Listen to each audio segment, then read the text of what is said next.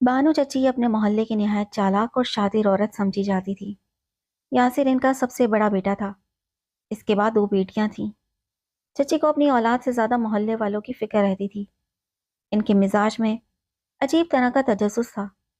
وہ ہر نئے پڑوسی کے گھر پہلے پہنچتی، بظاہر ان کو خوشامد کہنے جاتی تھی، مگر دراصل وہ ان کی جاسوسی کرنے جاتی تھی کہ کون لوگ ہیں، کیسے ہیں، مالی حالات کس طرح کے ہیں۔ ان دنوں ہمارے محلے میں نئے کرایہ دار آئے تھے۔ ان کا نام خالد احمد تھا۔ بظاہر یہ لوگ کھاتے پیتے لگتے تھے، لیکن سیانے کہتے ہیں کہ آنکھوں دیکھا بھی غلط ہو سکتا ہے۔ چچی بانو نے اپنے نئے پڑوسی خالد میاں کو بہت مالدار سمجھ لیا تھا، کیونکہ ان کا ظاہری رکھ رکھاؤ امیروں جیسا تھا۔ خالد صاحب نہایت شریف آدمی تھے۔ وہ سرکاری ملازم تھے۔ ان کی 4 بیٹیاں اور 3 بیٹے چھوٹے تھے۔ 3 بیٹیوں کی شادی ہو چکی تھی اور بیچارے بمشکل گزر بسر کرتے تھے، لیکن کبھی کسی سے اپنی پریشانی اور مسائل کا ذکر نہیں کرتے تھے۔ ان میں کمال کا رکھ رکھاؤ تھا۔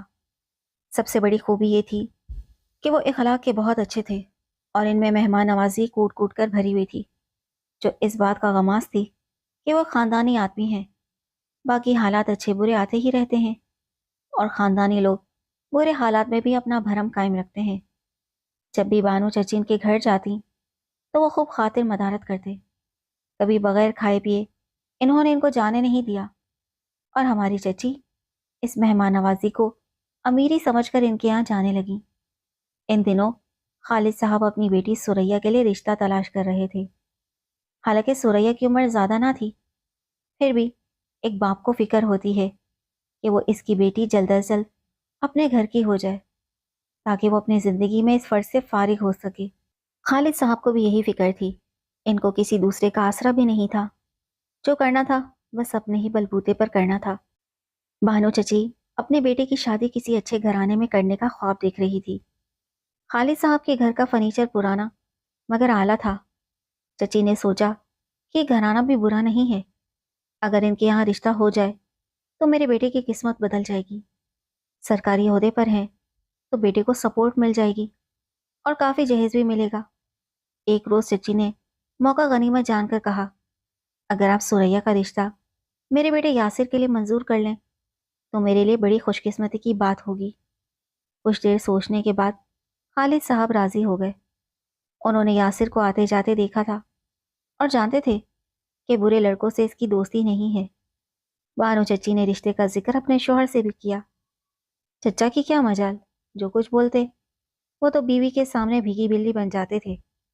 ہر جائز ناجائز بات پر ان کے آگے سر تسلیم خم کر دیا کرتے تھے، لیکن اس بار انہوں نے بیوی کی ہاں میں ہاں ملانے کی بجائے سمجھایا کہ ابھی ہمارا بیٹا گھر کی ذمہ داری اٹھانے کے قابل نہیں ہے، اور عمر بھی کم ہے۔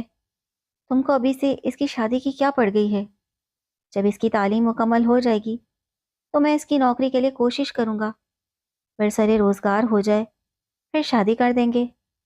خاوند کی اس تقریر کا بیوی پر الٹا اثر ہوا۔ چچی کو تو اپنے میاں سے بات منوانے کی عادت پڑی ہوئی تھی۔ بھڑک کر بولی، واہ میاں، تم سے مشورہ لو تو الٹی سیدھی ہانکنے لگتے ہو۔ جب میں نے کہہ دیا کہ سوریا سے یاسر کی شادی ہوگی تو ہو کر رہے گی، اور بہت جلد ہوگی، تم دیکھتے رہنا۔ یاسر بھی اتنی جلدی شادی کے لیے تیار نہ تھا، لیکن ماں کی ضد کے آگے جھکنا پڑا۔ گھر میں سب جانتے تھے کہ چچی کا کہا پتھر کی لکیر ہے۔ یوں کوئی اور کچھ بھی نہ بول پایا، اور 1 ماہ کے بعد یاسر کی شادی سوریا سے انجام پا گئی۔ لیکن چچی بانو کی توقع پر اوس پڑ گئی۔ سوریا ان کی توقع کے مطابق اتنا جہیز نہ لائی تھی، گویا ان کی امیدوں پر پانی پھر گیا۔ اب وہ سمدھی سے کہتی، تم سرکاری عہدے پر ہو، داماد کے لیے خود سوچو، اور بیچارے خالد صاحب چپ ہو جاتے۔ وہ خود رشوت نہیں لیتے تھے تو کسی کو رشوت دے کر کیسے داماد کی نوکری لگواتے، اور وہ بھی انٹر پاس کو۔ ادھر سے مایوس ہو کر بانو بیگم بہو کے پیچھے پڑ گئی۔ اٹھتے بیٹھتے اس کو جہیز نہ لانے کے تانے دینے لگی، اور پھر ان تانوں میں تندی اور شدت آتی گئی۔ بالآخر سوریا نے ایک روز کہہ دیا کہ پہلے تو صرف آپ کو بہو چاہیے تھی، اور اب جہیز کی فکر کھائی جا رہی ہے۔ بہو کا اتنا کہنا تھا کہ وہ آگ بگولا ہو گئی اور بولی، ارے ہمیں کیا پتا تھا کہ تم لوگ صرف دکھاوے کے امیر ہو؟ اگر جانتی تو کیوں تجھ کو بیاہ کر لاتی؟ وہ دھمکیاں دیتی اپنے کمرے میں جا کر لیٹ گئی۔ سوریا بیچاری ساس کا غصہ دیکھ کر ہکا بکا رہ گئی۔ وہ تو اس خاتون کو ایک شفیق ماں جیسا سمجھتی تھی۔ کیا خبر تھی کہ مٹی کی اس صورت کے اندر کیا آتش فشاں چھپا ہوا ہے۔ انہی دنوں یاسر کو ایک معمولی نوکری ملی تھی۔ وہ ایک ہوٹل میں حساب کتاب سنبھالتا تھا، جس کی اسے بس گزارے لائق تنخواہ ملتی تھی۔ اس روز وہ جلد گھر آ گیا تھا۔ سوریا باورچی خانے میں رات کا کھانا تیار کر رہی تھی۔ یاسر کو آتے دیکھ کر خوش ہو گئی، کیونکہ شادی کے 4 ماہ بعد آج پہلی بار وہ جلد گھر آیا تھا۔ اس نے جلدی چائے چڑھا دی کہ اچانک سانس کی تیز آواز سنائی دی۔ وہ بیٹے سے کہہ رہی تھی، یاسر تم سوریا کو طلاق دے دو، یہ بہت زبان دراز ہے، میں اس کی بدتمیزی برداشت نہیں کر سکتی۔ یاسر نے پوچھا، اماں جان یہ آپ کیا کہہ رہی ہیں؟ مجھے آپ کی بات بالکل سمجھ نہیں آ رہی۔ ماں کی بات کیوں تمہاری سمجھ میں آئے گی؟ آج مجھے جواب دیتی ہے، کل مارے گی۔ بس اور کیا کہوں، تمہارے پیچھے میرے سر پر چڑھاتی ہے۔ میں اپنی بے عزتی برداشت نہیں کر سکتی، تمہیں اسے طلاق دینی ہی ہوگی۔ سوریا دم بخود رہ گئی۔ اسے اپنے کانوں پر یقین نہ آ رہا تھا کہ جس عورت کی وہ ہر دم خدمت کرتی تھی، اس کا ہر حکم مانتی تھی، آج وہی اسے دربدر کرنے پر تولی ہے۔ یاسر ٹھنڈے دل و دماغ کا لڑکا تھا۔ 20 برس کی عمر میں وہ بھی کافی بردبار تھا۔ ماں کی جذباتی باتوں کو سمجھتا تھا، اور سوریا کا بھی اندازہ تھا کہ شریف خاندان کی بیٹی ہے۔ اس نے ماں سے کہا، میری سمجھ میں نہیں آتا، کبھی تو آپ شادی کرنے پر مجبور کرتی ہیں اور کبھی طلاق دینے پر، آخر بات کیا ہے؟ سوریا سے میں نے آپ کی مرضی اور رضا کے مطابق شادی کی ہے، کہیں سے بھگا کر نہیں لایا کہ کل لایا ہوں آج چھوڑ دوں۔ وہ اب میری ذمہ داری ہے اور میں اپنی بیوی کو خوب سمجھتا ہوں۔ میں آپ کے جذباتی فیصلے کی خاطر کسی کی زندگی برباد نہیں کر سکتا۔ یاسر سے ایسے جواب کی توقع نہ تھی۔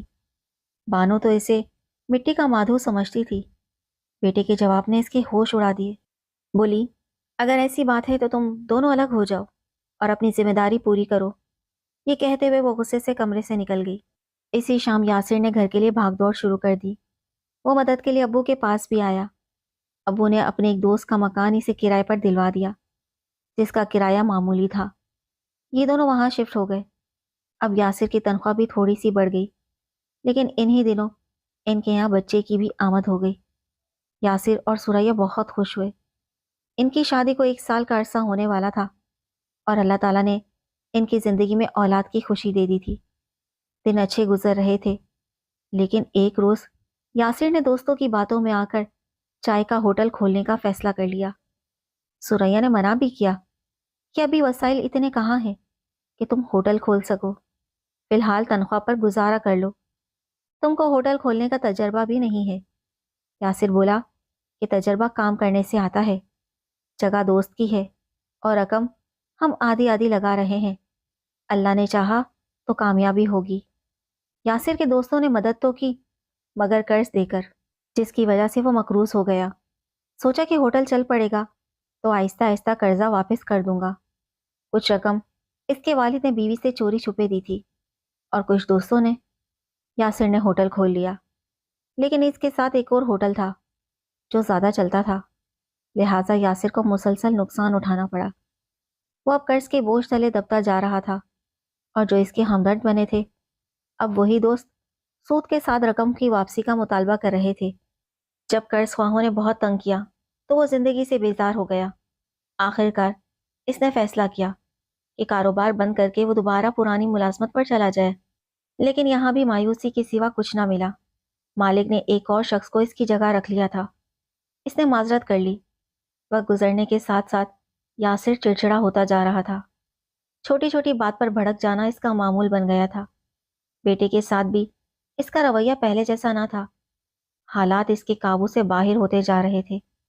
مکان کا کرایہ، بیوی بچے کا خرچ، پھر بچے کی بیماری، اس کا علاج، سب کی اسے ہی فکر کرنی ہوتی تھی۔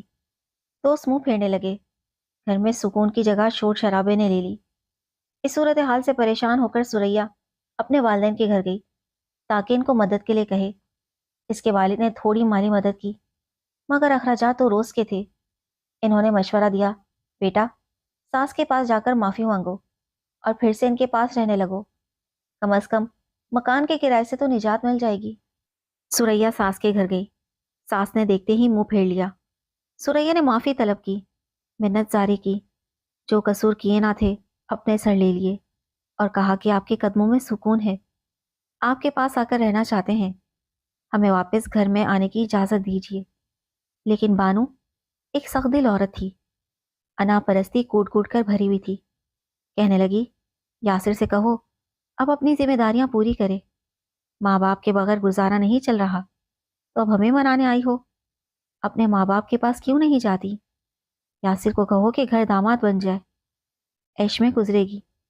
غرض اس قسم کی اوٹ پٹانگ باتیں کر کے اس نے بہو کو چلتا کر دیا۔ سریا روتی ہوئی گھر آ گئی۔ یاسر نے منع کیا تھا کہ ماں سے التجا نہ کرنا، مگر وہ ضد کر کے چلی گئی تھی۔ جب مایوس لوٹی تو یاسر نے خوب برا بھلا کہا، اب یہ رونی صورت لے کر مائکے چلی جاؤ، مجھے کیوں عاجز کر رہی ہو؟ سریا چلی گئی۔ تنہائی میں یاسر کو سوچنے کا موقع ملا تو وہ اپنے رویے پر نادم ہوا۔ دوپہر کا وقت تھا، وہ برآمدے میں چارپائی پر لیٹا سوچ رہا تھا کہ اب کیا کرے۔ پہلے کو مکان کا کرایہ، بجلی کا بھاری بل، گیس اور پانی کا بل، وہ سب کہاں سے لائے گا؟ اوپر سے گھر کا راشن اور بچے کا دودھ۔ ایسے میں کسی نے دروازے پر دستک دی۔ ایک قرض خواہ تقاضا کرنے آیا تھا۔ یاسر نے معذرت کی تو وہ برا بھلا کہنے لگا، کسی طرح اسے سمجھا بجھا کر واپس کیا اور آ کر چارپائی پر ڈہ گیا۔ کسی نے صحیح کہا ہے، خالی دماغ شیطان کا گھر ہوتا ہے۔ یاسر کو بری طرح شیطان نے گھیرے میں لے لیا۔ اس نے سوچا کہ اس زندگی سے تو موت بہتر ہے۔ آخر وہ اتنا روپیہ کہاں سے لائے جو قرض ادا کر سکے اور عزت سے زندگی کی گاڑی بھی چلائے؟ اس سے پہلے بھی اسے کئی بار خودکشی کا خیال آیا تھا، لیکن ہر بار یہ سوچ کر کہ خودکشی حرام ہے خود کو باز رکھا۔ مگر آج اس پر بے بسی کی ایسی کیفیت طاری ہو گئی تھی کہ اس نے اپنے سر کے بال نوچنے شروع کر دیے۔ بجلی کا بل پھاڑ ڈالا اور اگلے ہی لمحے مرنے کا فیصلہ کر لیا۔ اس نے اسٹور میں پڑا ہوا رسا نکالا، اس کا پھندا بنا کر پنکھے پر لٹکایا اور گلے میں ڈال کر پاؤں سے ٹیبل کو دھکا دیا۔ اب وہ لٹک رہا تھا، لیکن جان آسانی سے نہیں نکلتی۔ وہ مسلسل 15 منٹ تک مچھلی کی طرح تڑپتا رہا۔ آواز حلق میں دب کر رہ گئی، اس لیے کوئی بھی مدد کو نہ پہنچ سکا، یہاں تک کہ آنکھیں باہر نکل آئیں اور زبان بھی منہ سے باہر آ گئی۔ بڑی تکلیف سے جان نکلی، آخر کار روح پرواز کر گئی۔ سریا بیچاری اپنے ماں باپ کے گھر شوہر کی پریشانیوں کا حل تلاش کرنے گئی تھی۔ ماں سے کہنے لگی کہ نہ جانے کیوں میرا دل گھبرا رہا ہے، بے چینی سی ہو رہی ہے، ابا سے کہیں ذرا یاسر سے ملائیں۔ اس کی ماں نے خالد صاحب کو کہا۔ وہ بیچارے اس وقت داماد سے ملنے چلے گئے۔ ان سے بیٹی کی پریشانی نہ دیکھی گئی۔ وہاں پہنچ کر پڑوسی سے پتہ چلا کہ ابھی کچھ دیر پہلے کوئی اپنا قرض مانگنے آیا تھا۔ وہ مسلسل یاسر سے تکرار کرنے لگا اور بے عزت کر کے چلا گیا۔ اس کے بعد دودھ والا آیا۔ اس نے دروازے پر دستک دی، مگر کوئی جواب نہ ملا تو وہی پڑوسی نکلا۔ اس نے بھی دروازہ بجایا، جواب نہ ملا تو اس نے دوسرے پڑوسی کو بلایا۔ پھر پڑوسیوں نے مل کر دروازہ توڑا اور اندر داخل ہو گئے۔ کمرہ اندر سے بند تھا۔ اس کا دروازہ پیٹتے رہے۔ پھر ایک نے چارپائی کھڑی کر کے دیکھا تو روشن دان سے اندر ہیبت ناک منظر نظر آیا۔ وہ چیخ مار کر چارپائی سے اتر گیا۔ اندر کا منظر دیکھ کر خالد صاحب وہیں زمین پر گر گئے۔ کسی نے سریا کو جا کر بتایا تو وہ دیوانہ وار بھاگتی ہوئی گھر پہنچی اور یاسر کو مردہ حالت میں پا کر اس کی آنکھوں تلے اندھیرا چھا گیا۔ جب ہوش آیا تو آخری دیدار کا وقت آ گیا تھا۔ جانے والا چلا گیا اور ایک برباد زندگی پیچھے چھوڑ گیا۔ سریا والدین کے گھر آ گئی۔ اس کی حالت خراب رہنے لگی۔ ایک طرف شوہر کا غم اور دوسری جانب بچے کی پرورش کی فکر۔ اپنا زیور بیچ کر اور والدین نے کچھ اثاثہ فروخت کر کے قرض ادا کیا۔ کچھ دوستوں نے قرض معاف کر دیا۔ اسے انسان میں ایک اور بچے کی آمد کا احساس ہوا۔ سریا اور پریشان ہو گئی کہ ایک بچہ پالنا مشکل ہے تو دوسرے کو کیوں کر پال پاؤں گی۔ پہلا بیٹا تھا کہ دوسری بچی پیدا ہو گئی۔ سریا والدین پر کلی طور پر بوجھ بن کر نہ رہنا چاہتی تھی، لہٰذا ایک اسکول میں ملازمت کر لی۔ کچھ خرچہ والدین اٹھاتے، کچھ اپنی تنخواہ سے اخراجات پورے کرتی۔ یوں زندگی کی گاڑی چلنے لگی۔ لیکن بانو نے بیوہ بہو اور پوتے پوتی کی خبر نہ لی، الٹا محلے بھر میں یہی کہتی تھی کہ بہو نے میرے بیٹے کو اتنا تنگ کیا کہ اس کی زندگی برباد کر دی۔ وہ بیچارہ اسی خاطر پھانسی پر جھول گیا، پہلے اسے ہم سے الگ کیا، پھر اس کی جان لینے کا سبب بن گئی۔ یہ خبر نہ تھی کہ بجلی بل نے تابوت میں آخری کھیل ٹھونک دی۔ اس کو کہتے ہیں مفلسی میں آٹا گیلا۔ یہ ہے غربت کا عذاب جو آج ہمارے ملک کے 80% باشندوں کو سہنا پڑ رہا ہے۔ خدا ہمیں مزید برے حالات سے بچائے۔